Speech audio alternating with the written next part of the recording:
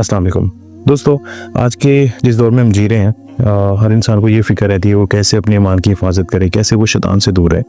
तो मैंने आज एक तहरीर पढ़ी, सोचा आप लोगों से शेयर करो, इंशाल्लाह फ़ायदा हासिल होगा।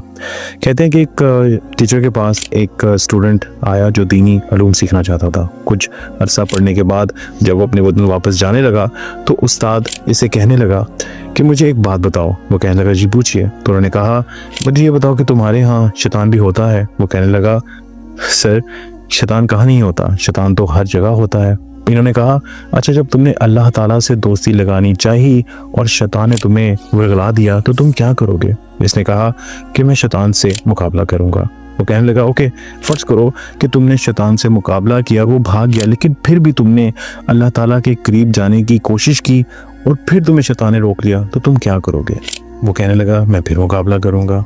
वो कहने लगे कि अच्छा, मान लिया कि तुमने दूसरी बार भी इसको भगा दिया, लेकिन अगर तीसरी दफ़ा भी वो तुम पर हमला आवर हो गया और इसने तुम्हें अल्लाह ताला के करीब ना जाने दिया तो तुम क्या करोगे?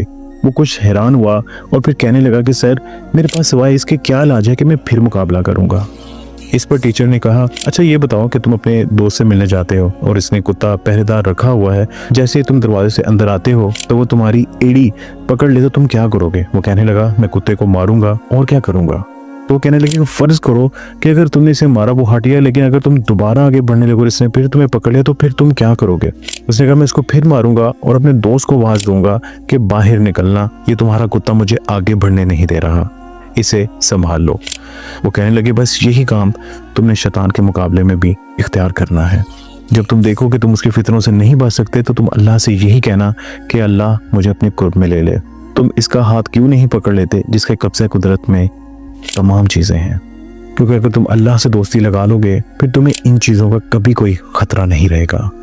तुम हर तबाही और हर मुसीबत से महफूज रहोगे। कुरान करीम भी हमें यही बताता है। अल्लाह ताला से जब ताल्लुक़ मजबूत हो जाता है तो फिर शैतान की कोई भी वार काम नहीं आते।